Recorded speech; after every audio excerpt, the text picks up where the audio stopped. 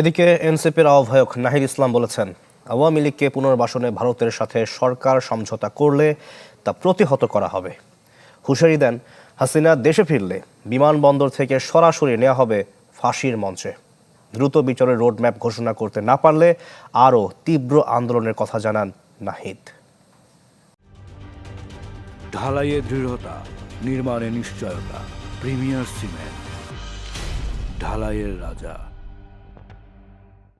আমরা চেয়েছিলাম জুলাই শহীদ পরিবার ও আহতদের কণ্ঠে জনতার এক দফা শীর্ষক আলোচনায় ফের স্মরণ করা হয় গণ অভ্যুত্থানের দিনগুলো। আহত ও শহীদ পরিবারের কাছে গুরুত্ব পায় সংস্কার, আকুতি ঝরে বিচার ও রায় বাস্তবায়নের। জাতীয় নাগরিক পার্টির নেতাদের উপস্থিতিতে সুচিকিৎসার অভাব, হামলাকারীর হুমকি ও অনিশ্চিত বিচার প্রক্রিয়া নিয়ে ক্ষোভ ঝাড়েন তারা। আমার ছেলে শহীদ হয়েছে বৈষম্য বিরোধী ছাত্র আন্দোলনে। সেই বৈষম্য কি এখনো গিয়েছে এই বাংলাদেশ থেকে? এখনো যায় নাই, কারণ আমার সজল মারা গেছে। মৃত্যুর পর ওর কবরটার সাথে দুর্নীতি করা হয়েছে। এই বাংলাদেশ গণতন্ত্রের দেশ। এই গণতন্ত্রের দেশে যে গণতন্ত্রকে গলা টিপে হত্যা করতে চাইবে, তার বিরুদ্ধে রাজপথের জনগণ নেমে যাবে। এনসিপি নেতারা বলেন, মানবতা বিরোধীরা এখনো বাংলাদেশ বিরোধী ষড়যন্ত্রে লিপ্ত।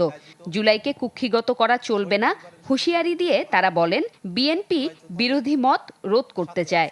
পতিত ফ্যাসিবাদীরা যারা আছে, যারা স্বৈরাচার আছে, যারা মানবতা বিরোধী অপরাধী, এই মানবতা বিরোধী অপরাধীরা তারা বাংলাদেশের বিরুদ্ধে ষড়যন্ত্র এখনো চালিয়ে যাচ্ছে। আমরা বলবো যারা প্রশাসনে এই খুনের সাথে জড়িত ছিল তাদেরকে বিচারের আওতায় নিয়ে আসার জন্য, এবং যারা আহত শহীদ ফ্যামিলিদের দেখলে তেলে বেগুনে জ্বলে উঠে, আমরা ওদেরকে চিহ্নিত করার চেষ্টা চালাবো, কারণ ওরা হলো গুপ্ত আওয়ামী লীগ।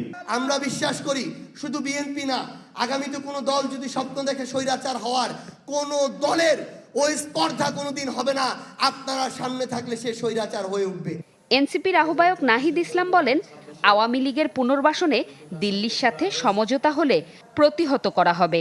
এয়ারপোর্ট থেকে সরাসরি ফাঁসির মঞ্চে কোনো কথা হবে না।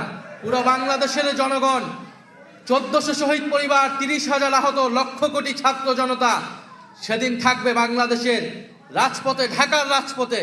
যদি এই পরিস্থিতি তারেক রহমান দেখতে চায়, দিল্লির সাথে সমঝোতা করে, তাহলে তাই করুক, আমরা সেটার জন্য প্রস্তুত আছি।